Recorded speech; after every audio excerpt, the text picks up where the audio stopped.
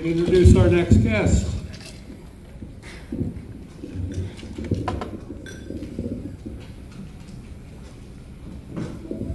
All right, thank you again. Next guest is somebody that I can share a lot of things in common with, that I feel I have a bond with, and I would like to think of him as a friend. As you all know, I'm a huge union guy. The guy I'm getting ready to introduce, Kevin Dawson, is running for Oklahoma State Chair, and he is a union man as well. It's my honor to introduce him and be the speaker to introduce him tonight. He is running for state chair. Kevin is a lifelong advocate for working people and a proud union leader. He's a dedicated Oklahoman. At just 18, he began his career in the railroad industry. He was quickly raised to become one of the youngest locomotive engineers at age 19 in American history. Over his 43-year career, Kevin has worked tirelessly to serve as a local chairman, a union steward, and for the United Transport Union, and later a member of the Brotherhood of Locomotive Engineers and Trainsmen. His experience in leadership, problem solving, and grassroots organizing has prepared him to take the challenge of revitalizing Oklahoma's Democratic Party. With his campaign motto, Republicans want to control the will of the people, Democrats will do the will of the people, Kevin is ready to lead Oklahoma's Democratic Party out of the political wilderness and back into the political arena. With your support, he will bring energy, strategy, and working class values back to the party.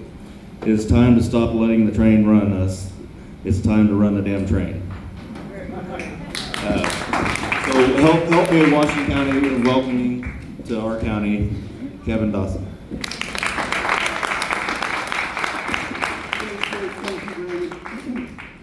You know, a couple of things. First of all, whenever you have somebody that invites you to their community, make sure that you thank the community for allowing you to come up and speak. And I want to do that right now.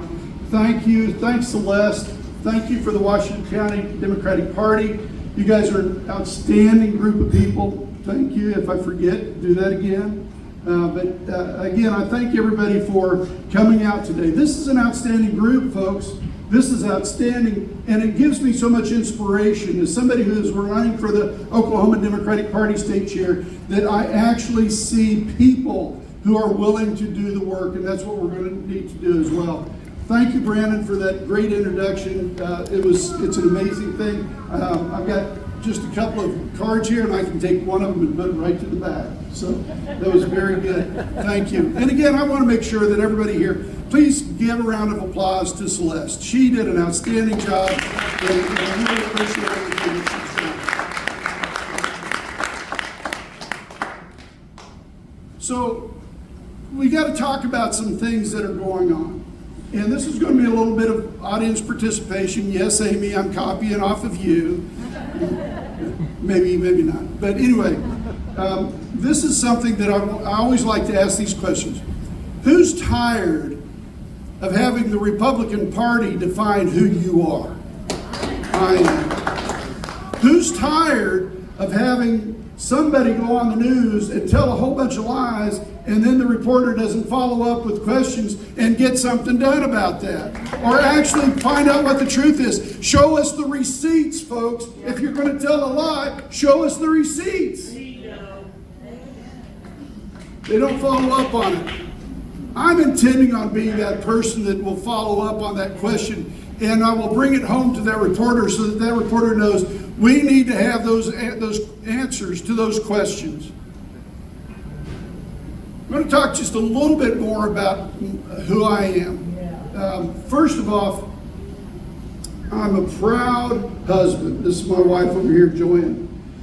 We have 3 children. We have 8 grandchildren, and they are the love of our lives. We really appreciate all that they've done. I got to talk to them about that just a little bit, because I got to say one more thing about the introduction. Again, outstanding introduction. I really appreciate that, Brandon. I missed that part, though. I didn't talk about my education. So I always quote my wife, and we always talk about this in private. I always did things backwards in life. I went as a very young man and I got a career. I found a career right out of high school. As a matter of fact, I had to wait until my 18th birthday before I could go to work for him. 14 months later, I became a locomotive engineer, something that it took my father 30 years to do and my grandfather 35 years to do. So I did it in 14 months. Well, what's the next logical thing a person should do? I mean, really the logical thing out of high school is go to college, right? Well, I got a job. So that was, check number one. Then I got married. Usually you go to college, then you get married, then you find a career. Well, I messed that up, didn't I? I really messed that up. Now I'm getting married, having children. Then I decide I want to go to college. I want to go back to school. I'm doing all of this training for the railroad, and I've gone through all of these courses to become a locomotive engineer, but I don't have any degree work. So I went back to school. I got my associate's degree from Southeast Community College in Beatrice, Nebraska. Then I went to the University of Oklahoma, and I got my bachelor's degree in leadership.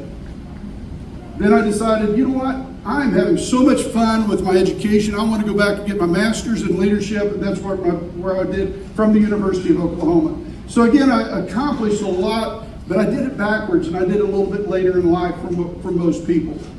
But that brings me to where I'm at right now. You would think that somebody would want to do this at a lot younger age, but I'm telling you, I have the energy and I have the stamina, and I'm ready to go out and I'm ready to fight for you, the Democrats of the state of Oklahoma, because we need change in Oklahoma. We need a course correction in Oklahoma, because who's tired of seeing the numbers go from 1 million people in 2010 that belong to the Democratic Party down to 600,000 people today? I'm going to drive those numbers back up, and I'll tell you how I'm going to do it. I'm going to go to the working class people in this state, the people who feel like they've been neglected and have decided they don't want to be part of the Democratic Party no more. We're going to go back out and we're going to work with those people, and we're going to get them excited about being Democrats again.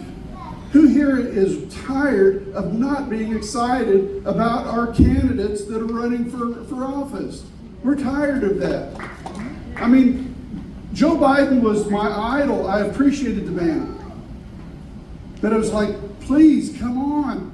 We need energy. We need another John F. Kennedy. We need another Barack Obama.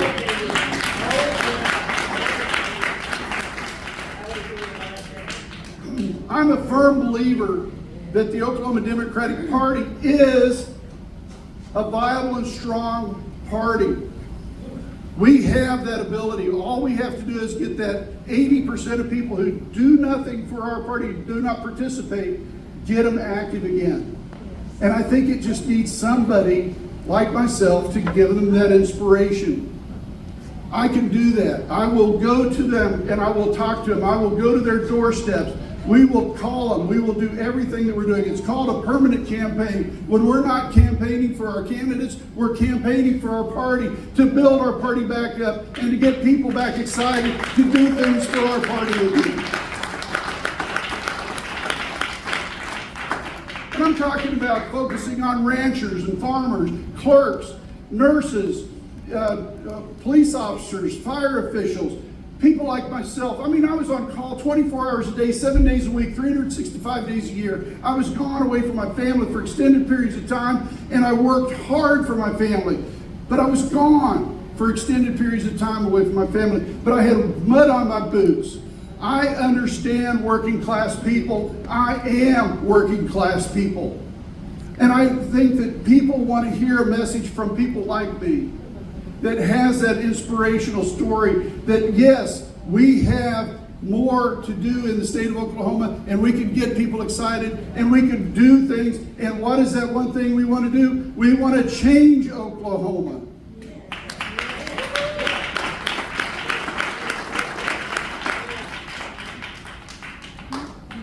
I'm sorry, honey. I'm getting excited. So, Joe says you got to calm down now. You got to calm down. No, it's perfect. So, again, the party needs a course correction. So one of the things we've got to do is we've got to start working on our platform. And I've got a platform that I think is rock solid and I'm so proud of. And I talked about it, the first step, and that is our permanent campaign and establishing that permanent campaign to promote the Democratic Party. We've got to focus on working class, rural people in this state. They have felt neglected long enough, and it's time to re-energize those people. Who is the base for Oklahoma? It is rural Oklahoma. So thank you. We've got to get rid of that DC establishment, the consultants who come in here and try to tell us, and they don't fight for us. You know, Ken Martin and I had this conversation a few years ago. He's our new DNC chair. He just took office last month. And I had a conversation with him a couple of years ago. Why are you surrendering Oklahoma to the Republicans? We've got to do more than what we're doing right now. We need to come out with a 50-state strategy. Guess what they just announced last month? A 50-state strategy. I'm so excited about that. Ken Martin is a man of the people, and I think he's going to be a great leader for the Democratic Party. When you hear on the news right now that the Democratic Party is at the lowest they've ever been, or their approval rating is down, don't believe it. That's the old system that's gone. We've got new, exciting people that are in there. Besides Ken Martin, we've got Jane Klebb. Jane Klebb is the president of the SDC, who are the chairs. That's the president of all the chairs for all the states. She is so exciting. And guess where she's from, folks? Nebraska. Nebraska. What's more rural than Nebraska? But besides Oklahoma, right? So why aren't we hearing this? Why are we just, that's what I think the Democrats have a problem with. Thank you. Don't get Thank you. and tell people. That's why we need a new leader. That's why we need a new leader in the state Can of you Oklahoma. repeat what Because she we got to do sir? that. Can you repeat what she said for people that So cannot why hear? don't people hear this, what I'm telling you right now? Why isn't it being told? That all I can tell you is that's a failure of leadership. We've got to get people who will be willing to communicate with you and communicate with you in a way that you want to be heard, not the way that they want you to go to. I'm getting tired of I go to meetings and people say, hey, I've never heard of this program coming up. And I keep asking them, how did you hear about today? Well, the chair said you have to go to their website, you have to look up their calendar. When you find their calendar, you have to look up the date, and then you have to figure out what's going on. I want us to stop doing that. I want us to start feeding information directly to you, calling you up, letting you know that we have a party today, and we need to get out there, and we need to get excited about it. So, thank you for that comment. That was very good. I'm embarrassed to be an now. I feel bad about that. I used to wear Oklahoma t-shirts. I don't wear anything that says Oklahoma anymore because all you think about is that ignorant Walters. And that all you hear about, you don't hear about this in Oklahoma anymore. You hear about those silly Bibles that he bought from Trump. Right. And I'm embarrassed. You know, Oklahoma. you get going very much further, you're going to come after me and join me, okay? Because we got to get you in front of the mic. You are right on. You're right on. How many Can you people here repeat? are sick and tired of Ryan Walters? Yeah, there you go. So another thing that Brandon talked about that I want to talk to you about. We know that the Republican Party and Ryan Walters want to control the will of the people. But we also know that the Democrats want to do the will of the people. So right now, we've got to work on getting more Democrats.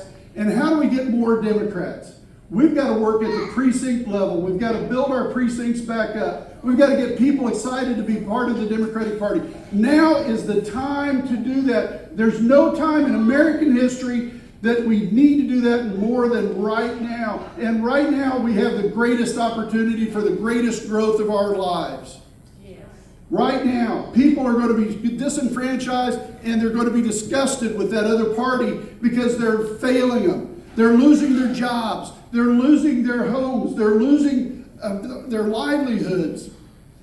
So we've got to make sure that those people have a cushion and a place to come to. The people that might have been last year our arch enemies may be our partners tomorrow. Think about that. Think about that. The people who felt like they were part of MAGA and they wanted that type of lifestyle for them, all of a sudden they're losing their jobs. Where are they going to go? They're going to be so disenfranchised with that party and so disgusted with it that they're going to go to a party that is trying to help the people. And who is going to try to help the people? Democrats. Who do you trust? And it goes to ask that question for them. Who do you trust with your Social Security? Democrats. Who do you trust with your health care? Democrats. Who do you trust with your education system? Democrats. Who do you trust with Medicare? Democrats. Who do you trust with Medicaid? Democrats. None of those things are answered by Republicans. That's why those people are going to come to us, because we have a plan and we want to make sure that they have a place to land. Don't forget veterans. I didn't hear what. Absolutely correct. Who do you trust with the VA? Democrats. Absolutely. Yeah. Thank you, Steve. That was, yeah. Help me out, brother. That's all I ask. Just help me out. So again, grassroots approach is the way to do this. And that's talking with our neighbors and getting out into, so we talk about precinct chairs. What really is a precinct chair? You answered that so well. Thank I you. appreciate you for saying what you do. Another way of saying what she said is these are block leaders. Yes. So they're the people on the block that are just leading your party along. That's what we need to have, is more of those people. When you're trying to get a candidate, Amy's down there in Owasso, she's busting her ass so that, I'm sorry. Did not mean to say that. But you are busting everything in order to make that happen so you can represent people. And I want you to say, I want to say this out loud. Amy is a good person who is going to try to do great things on your behalf. Yes. So we've got to build that party so that we have the infrastructure underneath of her that will support her to run for office. We've got to get those people that are out there excited, that 80% who don't feel like they want to do anything, we've got to get that 80% activated and doing something. So we really have to focus on how are we going to do that. And that's grassroots. We've got to talk to people. And one of the things that I want to do is I'm going to go out and I'm going to start doing public square events. I'm going to go into the public square and I'm going to have a conversation in the public square, at the courthouse, at the city building, in all 77 counties and hundreds of communities throughout the entire state of Oklahoma. We have to get people activated and they have to get excited. The only way to do that is to go to them. We can't expect for them to come to us. We have to go to them. And we have to be honest with them. That guess what? I put my pants on just the same way as you do. I tie my shoes just the same way you do. And guess what? We're going to run arm in arm, hand in hand, and we're going to try to get things done. And how are we going to do it? We're going to do it together as Democrats.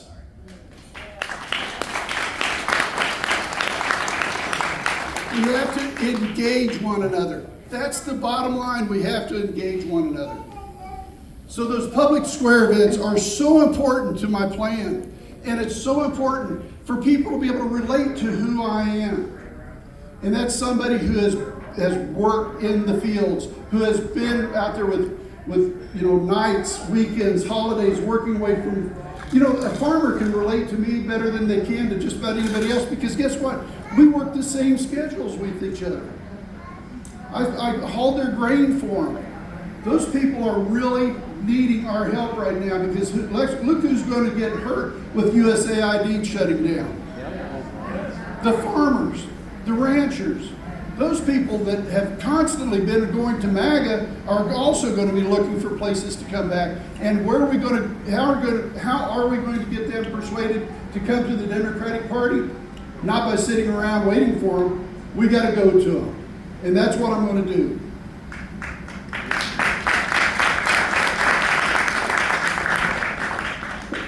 another thing that I'm planning on doing. In the state of Oklahoma, our chair receives a stipend income.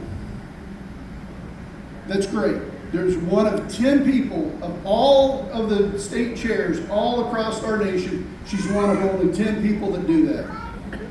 That's great. I'm glad this is taking place. But let me make a pledge to you.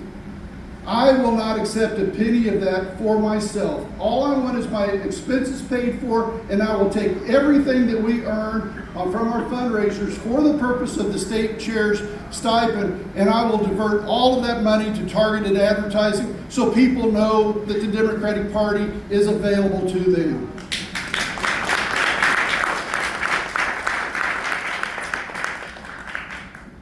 We've got to make sure that people have a place to land when they fall. And I'm telling you folks, MAGA is getting ready to fall.